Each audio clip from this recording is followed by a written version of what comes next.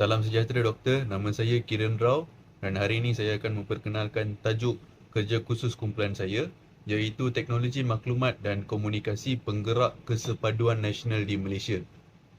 Usul kita adalah etika dan adab dalam penggunaan ICT.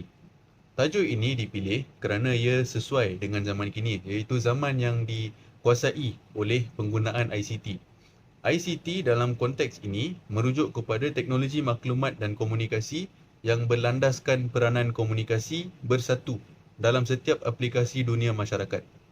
Kami tertarik untuk membuat kajian ringkas mengenai usul ICT dalam membina kesepaduan nasional di Malaysia.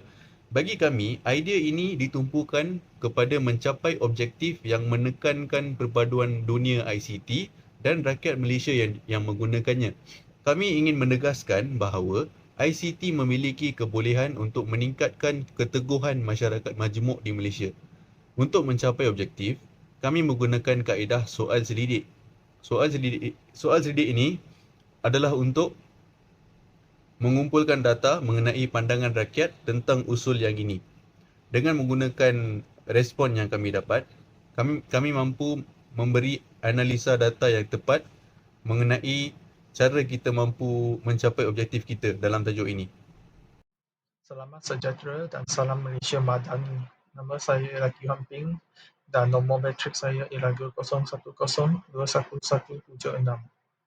Sekarang saya akan membincangkan objektif kajian ini. Objektif kajian yang pertama adalah untuk menganalisis pengaruh ICT terhadap kesepaduan nasional di Malaysia. Dengan meneliti bagaimanakah teknologi maklumat dan komunikasi mempengaruhi kesepaduan nasional dengan fokus pada integrasi budaya, agama dan etnik melalui media digital. Objektif kajian yang kedua adalah untuk mempelajari dampak sosial dan etika penggunaan ICT dengan mengkaji bagaimanakah aplikasi-aplikasi digital seperti Instagram, Facebook, Twitter dan lain-lainnya mempengaruhi dinamik sosial dan etika komunikasi dalam masyarakat Malaysia.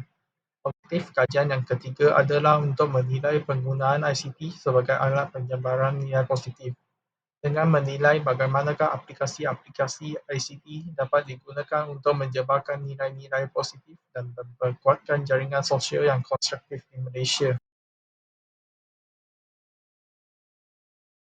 Season ini akan membentangkan pengaruh ICT terhadap kesepaduan nasional. Sebanyak 78% masyarakat di Malaysia percaya bahawa teknologi maklumat dan komunikasi berperan penting dalam memperkuatkan kesepaduan nasional. Sebab apa? Pertamanya, penyebaran informasi yang merata.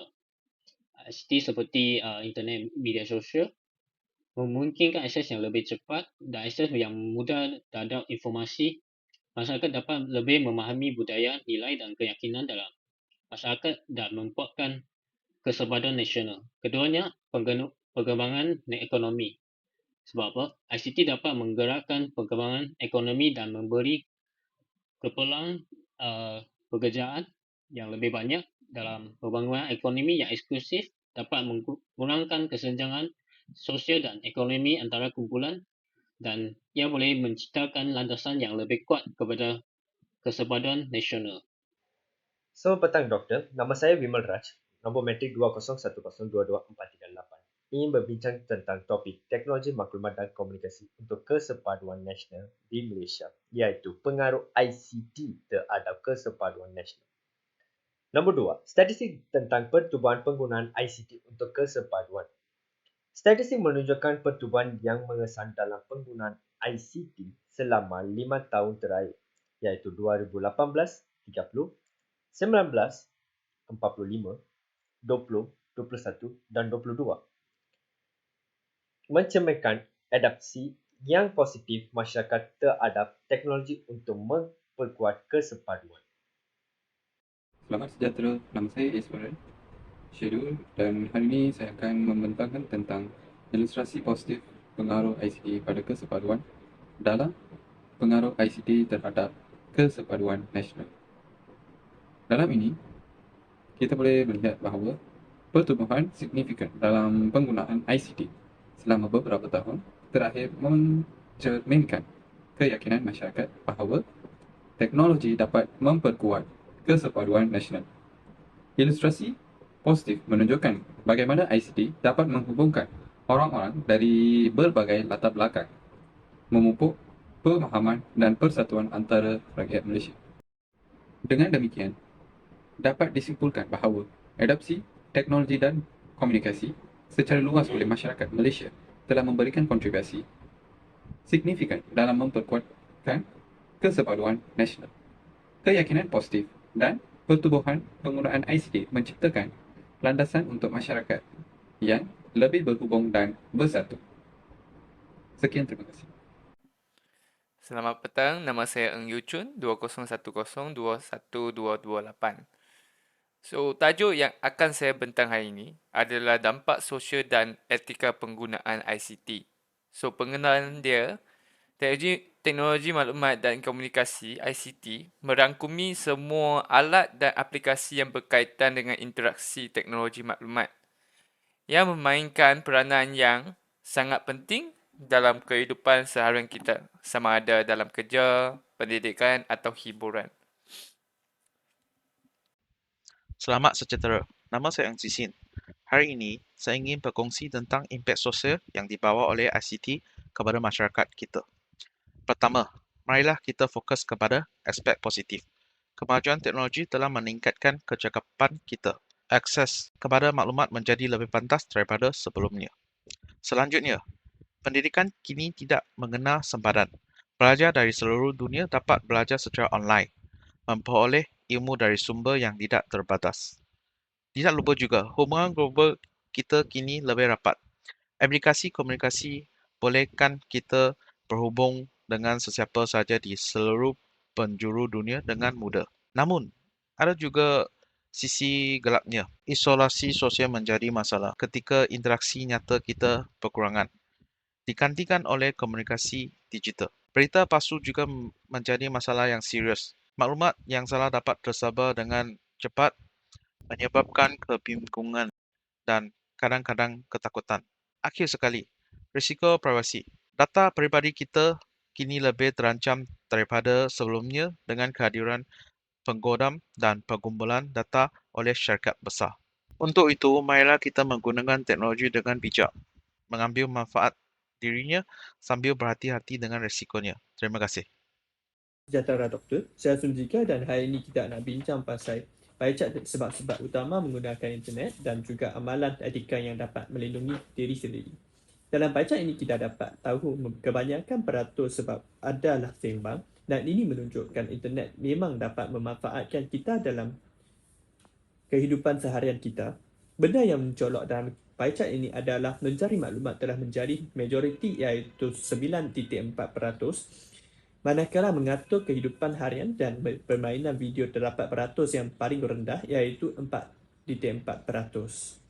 Selain itu, 3 amalan etika yang penting dalam dunia digital iaitu dasar privasi, keselamatan cyber dan tanggungjawab sosial. Jom kita masuk lebih mendalam. Yang pertama, dasar privasi, kita mesti jaga betul-betul data pengguna.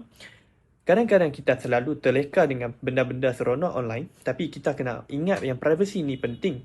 Pastikan yang maklumat peribadi kita tu dijaga terapi sebab kita nak jadi confident bahawa kita takkan jadi mangsa penipuan ataupun salahgunaan data. Yang kedua, keselamatan cyber. Mesti ramai yang pernah dengar, tapi kita tak boleh leka. Keselamatan online kita sangat penting. Jangan guna password yang senang nak teka. Akhir sekali, tanggungjawab sosial bukan setakat nak online je, tapi kita mesti galakkan budaya positif. Kita boleh mulakan dengan tingkah laku kita sendiri. Jadi baik online, galakkan kawan-kawan buat perkara yang positif juga. Dan kalau nampak bully cyber, kita kena bersuara, jangan jadi penonton. Sama-sama kita buat dunia digital jadi tempat yang lebih baik. Terima kasih. Sekian. Kesimpulannya adalah sambil menikmati kemudahan yang dibawa oleh ICT, kita juga harus membina kesedaran etika dan tanggungjawab sosial untuk memastikan impak positif teknologi dimaksimumkan dan impak negatif diminimumkan. Sekian, terima kasih. Sekarang saya akan bentangkan tentang rekomendasi dan tindakan lanjut. So, nama saya Lee Soler dan member saya So Ying Xiang. Ini ada dua cadangan. So, cadangan satu adalah penyediaan pendidikan etika ICT. So, ini adalah mengintegrasikan pendidikan ketika ICT dalam sistem pendidikan formal untuk memastikan generasi muda memahami nilai-nilai moral dan etika dalam penggunaan teknologi. So, cadangan dua adalah penyusunan garis panduan kita. Ini adalah untuk membangunkan garis panduan etika yang jelas bagi penggunaan ICT di semua lapisan masyarakat. Langkah pertama untuk menuju penggunaan ICT yang lebih etis adalah penguatan perlindungan privasi. Undang-undang dan peraturan perlindungan privasi haruslah dipertingkatkan untuk menghadapi cabaran kawanan data dan privasi seperti kes penipuan. Langkah kedua pula adalah pengembangan teknologi secara bertanggungjawab. Pengembangan teknologi haruslah bertanggungjawab dan manfaat. Setiap inovasi ICT harus mempertimbangkan pengaruh-pengaruh yang positif dan negatif dan cuba sedaya upaya untuk meminimumkan risiko negatifnya. Antara ajakan untuk mendukung etika ICT sebagai sumber daya strategis adalah pendorong peningkatan kesedaran masyarakat.